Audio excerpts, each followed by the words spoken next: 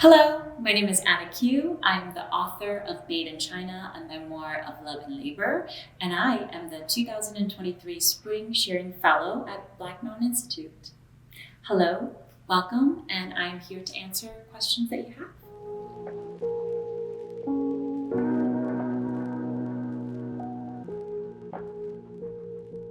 I knew I wanted to be a writer at a very young age. I would say I've always been a journaler. So, I'm an immigrant. I came to this country when I was 7.5, and I really didn't learn English until I was about 9, 10. And I would say I started journaling around age 12. And from there, I found that I loved writing poetry about boys. And then the journaling took me to a world of fiction and then nonfiction. And now I am thinking about fiction again. I feel like I've always been a writer, and it's really about coming out as a writer to everyone else. And that, often takes your own sense of confidence and authority. And that didn't really happen for me until I graduated from Sarah Lawrence with my MFA, and I felt, okay, I'm not an imposter anymore, and I can call myself a writer. And ultimately, I could have called myself a writer the whole time, but I think that was when that confidence came to me. So if you're wondering if I'm a writer, that question is totally up to you, and I would say you are a writer. That's a great question. I'd like to say that I've been affected by many memoirs, from Liar's Club by Mary Carr to Fierce Attachment to Eat, Pray, Love. So I feel very connected to all of the writers that have come before me that have written nonfiction. But I do think that in terms, one of my favorite authors is Melissa Febos. I would say I'm a huge fan of Alexander Chi's work. And there's just a lot of activism around memoir that I love. And so those are the people that I consider my people right now. People striving to write original work and allow their work to have some element of risk. And so those are the memoirs that I'm reading now. I think the way I speak to myself as a writer has really changed. I think kindness to ourselves, especially when we're diving into really heavy work and sometimes relatively traumatic work, the way we speak to ourselves is so important. And, I really talk to my students the way I would want that inner voice to talk to me. So a place of support, a place of generosity, a place of kindness, and of human connection. And so my relationship with myself as an author has really changed, because the way I speak to myself has over time become more like the professor that I've become now, I guess. And I find that is way kinder in a lot of ways than the way I was speaking to myself maybe 10 years ago.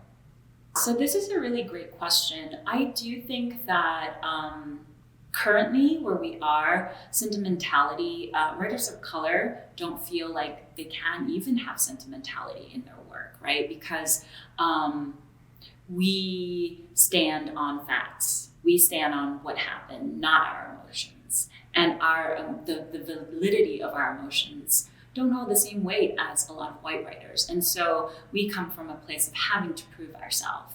I really hope my second book is a little bit different in that I don't need to feel that way. But even in my first book, I would say I thought a lot about who the audience was. And that tended to be a white audience. And those are the people that I wanted to understand my story. And I would say there's been an evolution of that as I'm working on a second and a third book now. I care less about the audience, and I care a lot more about what I want to say. I think I'm a highly empathetic person, and I think I pull on emotional strings. I talk about the emotional arc of the character, even if that character is you on the page, really thinking about their emotional arc. And if you have a secondary protagonist or a secondary character, thinking about their arc. So I think deeply about empathy, and I think very much in terms of gaining my readers' empathy and working on their empathy and working on their emotional intelligence.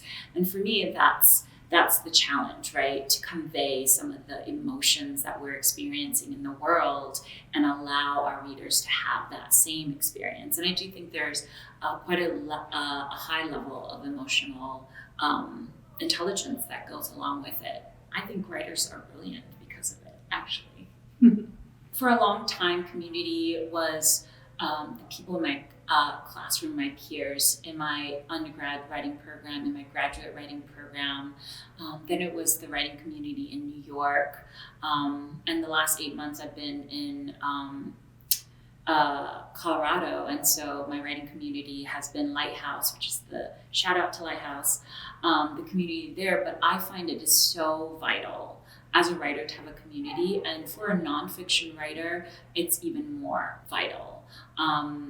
Writing a book-length memoir takes years and years and years, and you need all the support you can get. And it isn't just support for your writing, but sometimes it's just emotional support. Like, you need to be able to bitch to your friends, right? Just like anything else. And having those people that understand what you're going through is just, the best thing. It's like having an itch scratch that no one else understands. It's such a privilege and honor to be here with her. We've gotten to know each other a little bit better. We have some writing dates set up. So I'm just really excited to get to know her a little bit better as a human and to hear what she's working on, because I know we have so much in common. A lot of our themes that are central to our work that overlap.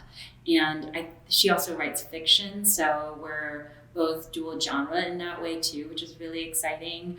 And I think there's a lot of care in our work. We care about the world that we live in, and we care about the communities that are supporting us. And so we also want to shine a spotlight on those communities.